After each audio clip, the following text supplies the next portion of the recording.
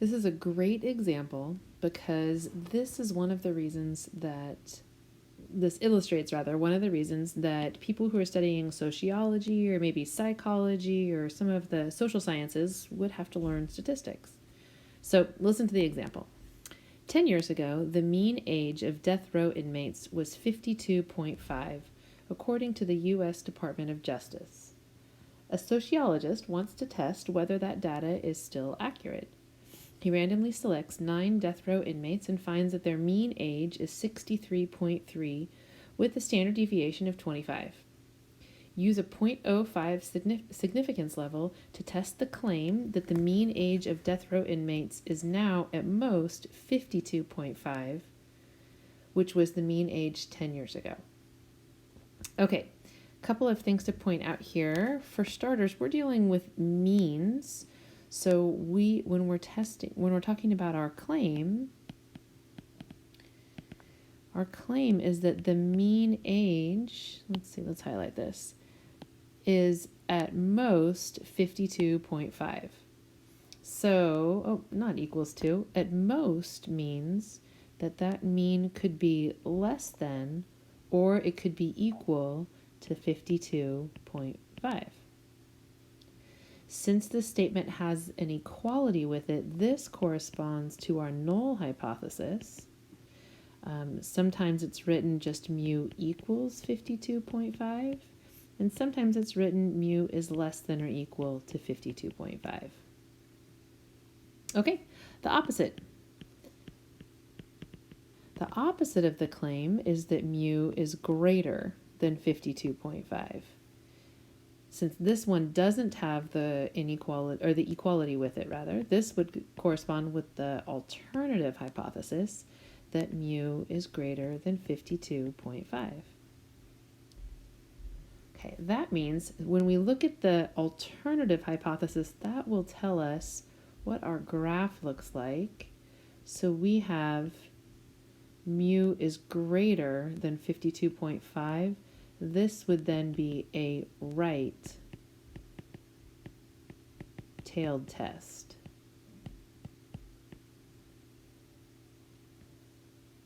Okay.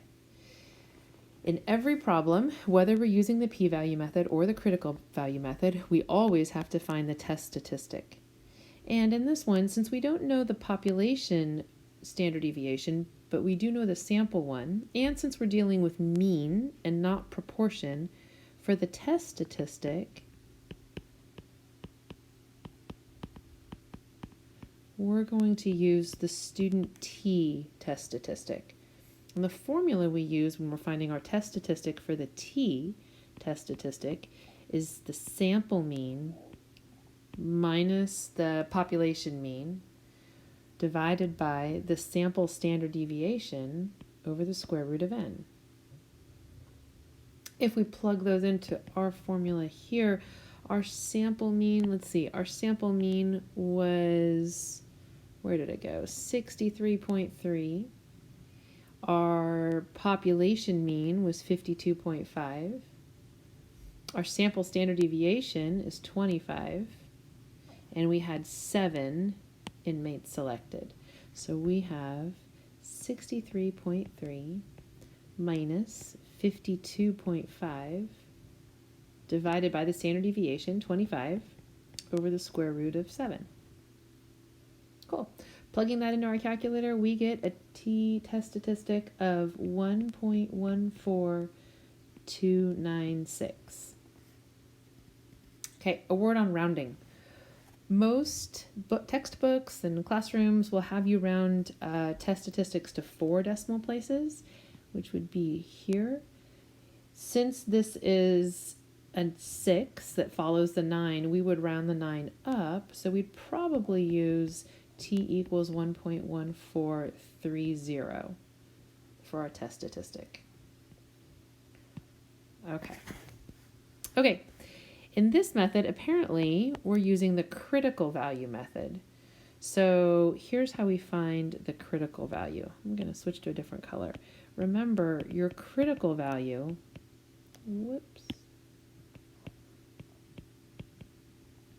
comes from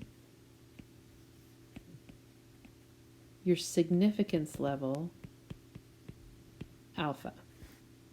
So in this problem, we had a 0.05 significance level, and we're going to have to find the corresponding critical value for that. Okay, to find the corresponding critical value for a right-tailed test with 7 inmates being sampled and a significance level of 0.05, you can either use technology. TI-8384 graphing calculator is fabulous. Or you can use our student t-distribution chart. I'm going to assume that you don't have access to a calculator just so that you can learn how to use the chart. So I'm going to scroll down here, and we have to remember a couple of things. I need to remember that we had a right-tailed test, a one-tailed test, 0.05 significance level, and I need to remember that n, the number in our sample size, is 7. Okay, so let's scroll down. So remembering all that, here we go. So here's our t-distribution chart. If n equals 7, that means that we have degrees of freedom is 6. That'll be 1 less than that. So we'll be looking at this row right here. And remember, we had a one-tailed test with a 0.05 significance level. So a one-tailed test with 0.05 significance level, we're looking up here, and that would be this column. So if I find where that row of 6 degrees of freedom and the 0.05 area and one-tailed significance level match, I get a t-value of 1.943. So our critical value is going to be t equals 1.943. Okay, let's go back up and put that into our problem. Our critical value was that t is equal to 1.943. Okay, here is what that means. Looking back up at this little graph that we just drew a few minutes ago, this right here is our t-value, our critical t-value, 1.943. The area to the right of it that I shaded in black is the alpha, 0.05. And what we just discovered was that our test statistic, 1.1430, is to the left of the critical value.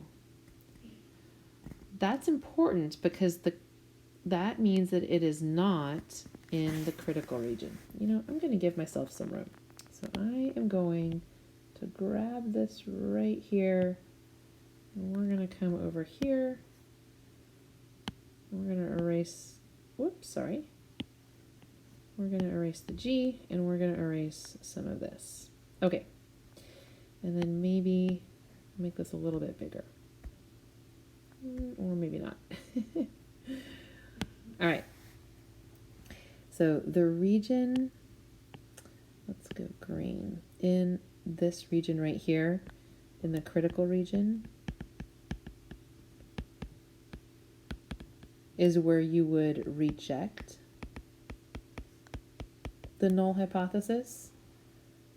On the other hand, the region on the other side is where you're not in the critical region.